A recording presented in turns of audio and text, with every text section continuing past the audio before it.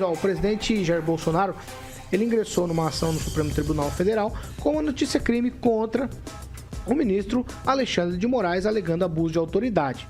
O ministro do Supremo Tribunal Federal, Dias Toffoli, rejeitou esse pedido de abertura de inquérito de notícia-crime que foi apresentada na noite de segunda. E aí, em meio a tudo isso, o presidente do Supremo Tribunal Federal, Luiz Fux, saiu em defesa do ministro Alexandre de Moraes. Afirmou que o inquérito das fake news está em boas mãos. Abro aspas aqui para Luiz Fux. Moraes tem conduzido os trabalhos com extrema seriedade e competência que reconheço em público. Fecho aspas aqui para Luiz Fux.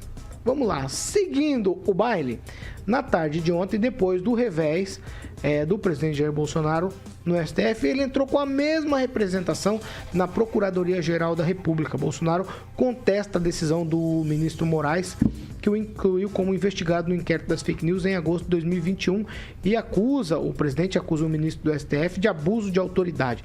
Na ação, o presidente afirma que é injustificada a investigação no inquérito das fake news, quer pelo seu exagerado prazo, quer pela ausência do fato ilícito.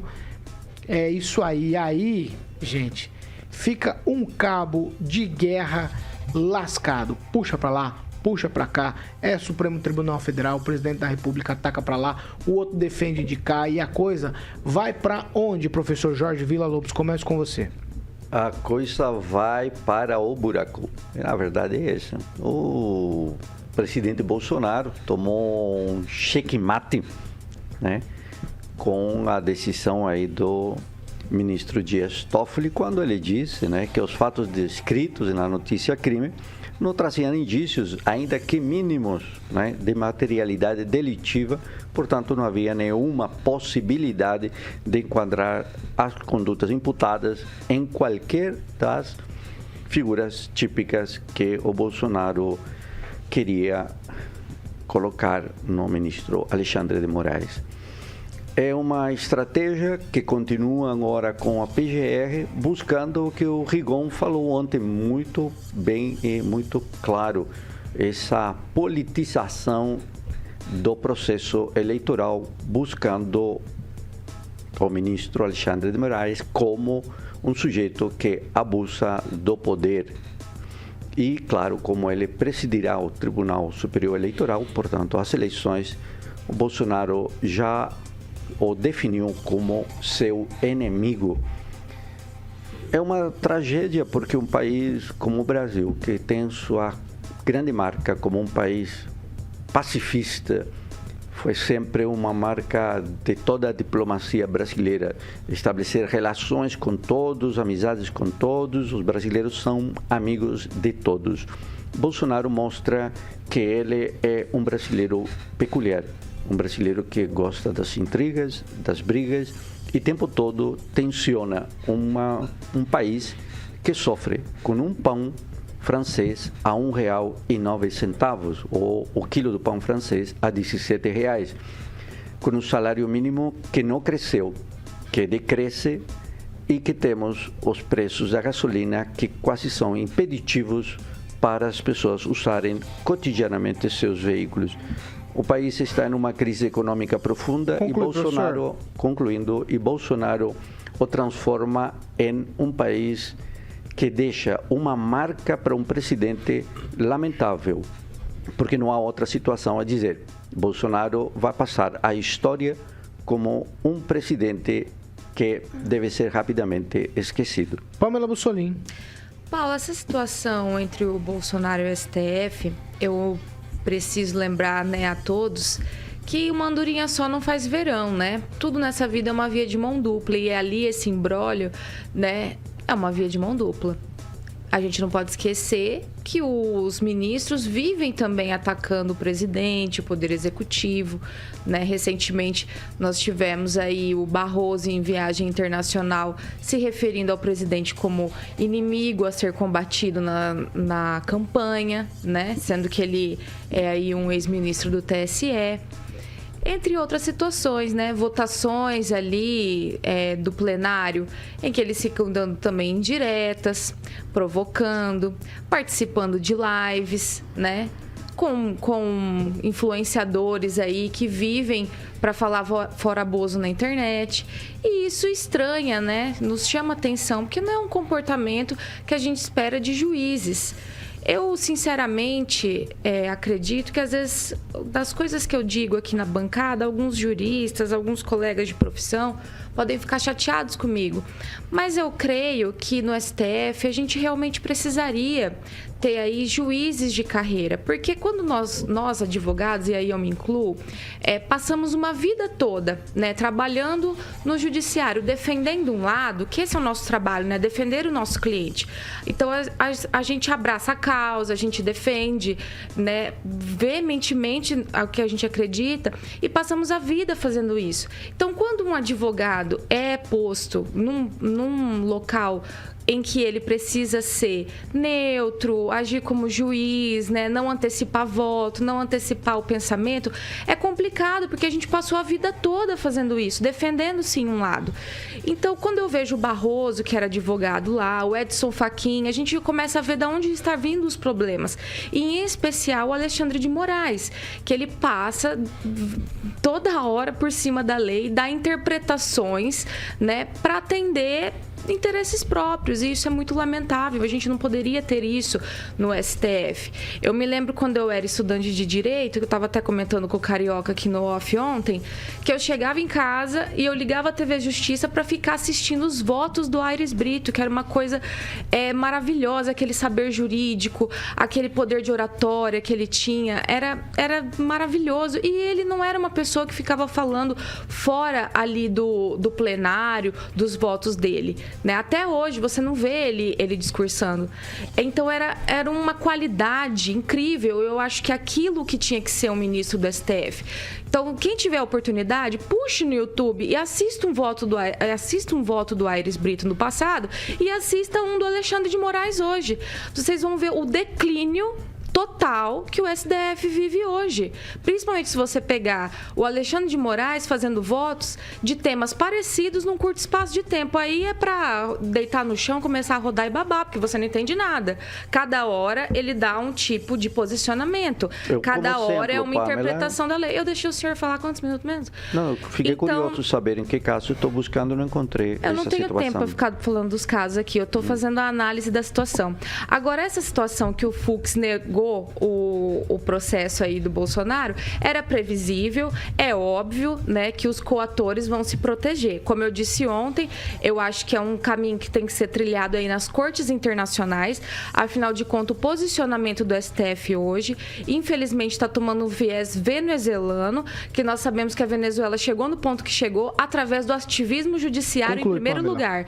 Então, eu acho e continuo achando que o presidente tem que buscar os tribunais internacionais para que isso seja balizado. A gente já tem até aí estrangeiros que vêm ao Brasil sendo perseguidos pelo Alexandre de Moraes, Alexandre de Moraes. Então, eu acho que é algo que vai ser entendido aí pelas cortes internacionais e precisa tomar conhecimento aí a comunidade internacional. Quem, Rafael? Eu acho que nós vamos ter que começar a cobrar o Alexandre de Moraes. O combustível está alto, culpa do Alexandre de Moraes. É verdade. Ou da Roça Weber, tá alto, né? Porque quem governa hoje é o Alexandre de Moraes. As decisões é ele. Sabe por quê? Porque o Bolsonaro tenta, ali o presidente tenta fazer algumas medidas para diminuir o impacto, redução do IPI. O STF vai ter que decidir isso aí, se é legal ou é ruim. Então, acho que esse tribunal, infelizmente, está nos envergonhando perante o mundo. Né? O STF hoje, o Supremo Tribunal Federal, a instituição deveria ser muito mais séria. E quando o Gilmar Mendes fala, né, na sua entrevista para a Veja, né, o tribunal está mais unido. É claro que eles estão unidos, dá para ver. Né? Tanto é que todos eles se identificar, as entrevistas que todos eles agora estão dando, porque é muito comum, corriqueiro, né, juízes da Suprema Corte, dar entrevista. E já deixar o seu posicionamento político. Esse é o problema. E quando a gente fala de suspeição, né? Quando a gente fala aí de impedimento do juiz em julgar casos, etc., pelo menos nos juízes de primeiro grau aqui, que a gente vê que temos mais acesso, isso parece um pouco mais sério. Mas quando trata-se do tribunal, do Supremo Tribunal, não. Aí não vale, por exemplo, um impedimento.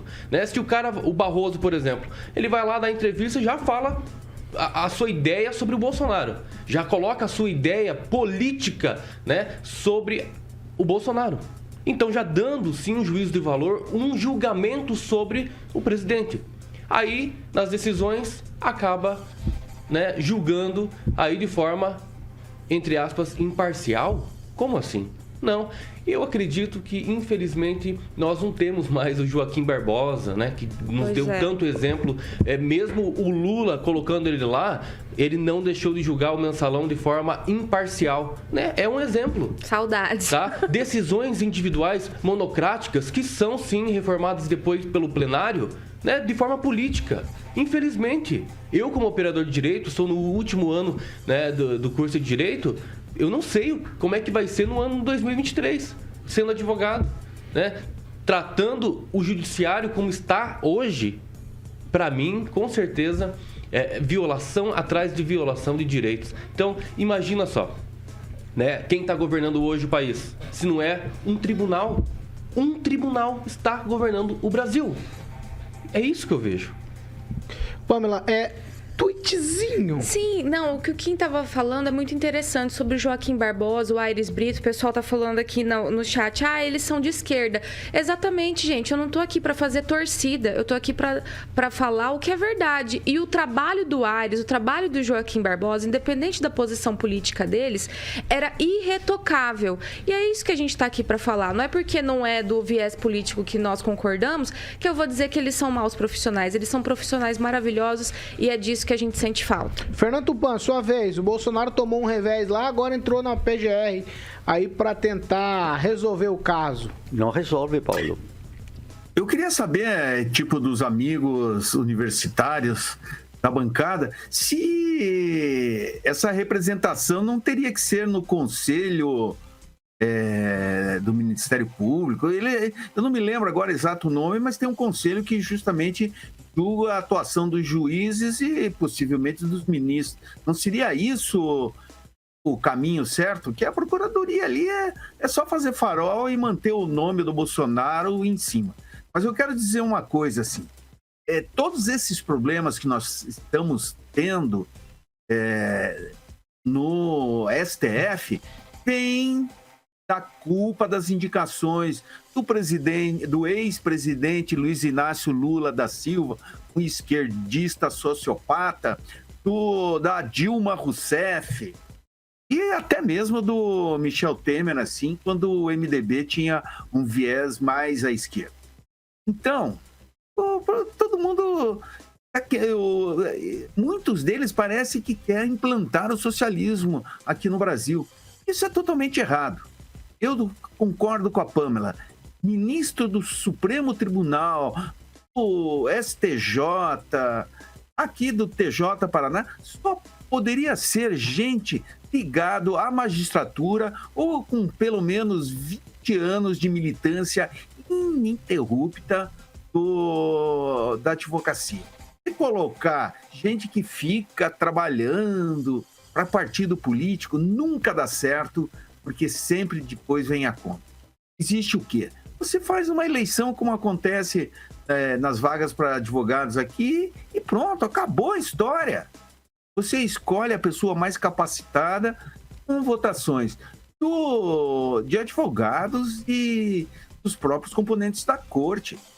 E acabar isso de fazer aquele esqueminha para pensar no futuro, porque quando você entra na política, Paulo Caetano, tem um problema.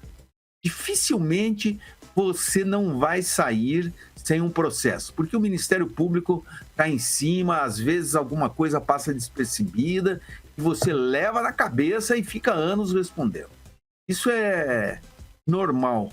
Quanto menos processos você conseguir durante o seu mandato, melhor. Mas sempre tem isso, porque existe até mesmo uma guerra política dentro das instituições nossas para derrubar qualquer pessoa que não tenha a ideologia que se espera.